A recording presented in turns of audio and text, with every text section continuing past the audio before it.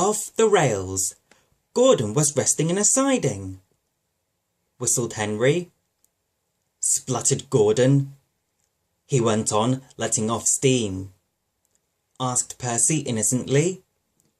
Said Gordon huffily.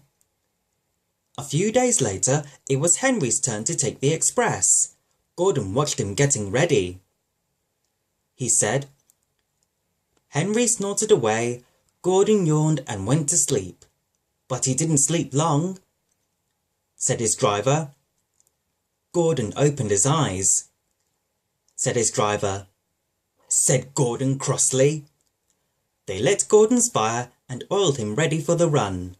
The fire was sulky and wouldn't burn, but they couldn't wait, so Edward pushed him to the turntable to get him facing the right way.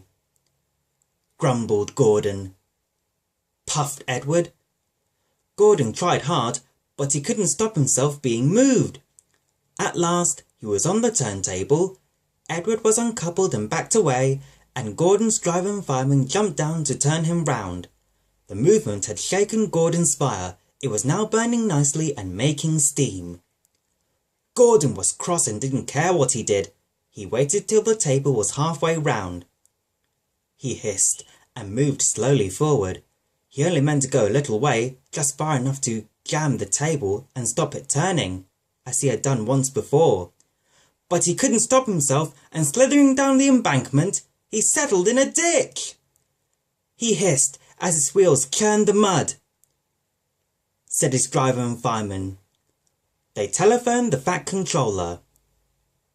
He answered from his office.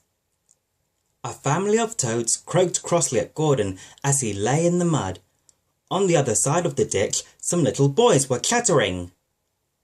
They began to sing.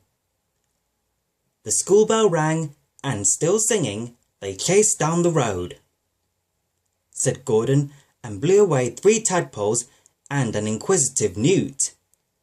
Gordon lay in the ditch all day. He thought. But that evening, they brought floodlights, then with powerful jacks, they lifted Gordon and made a road of sleepers under his wheels to keep him from the mud. Strong wire ropes were fastened to his back end, and James and Henry, pulling hard, at last managed to bring him to the rails.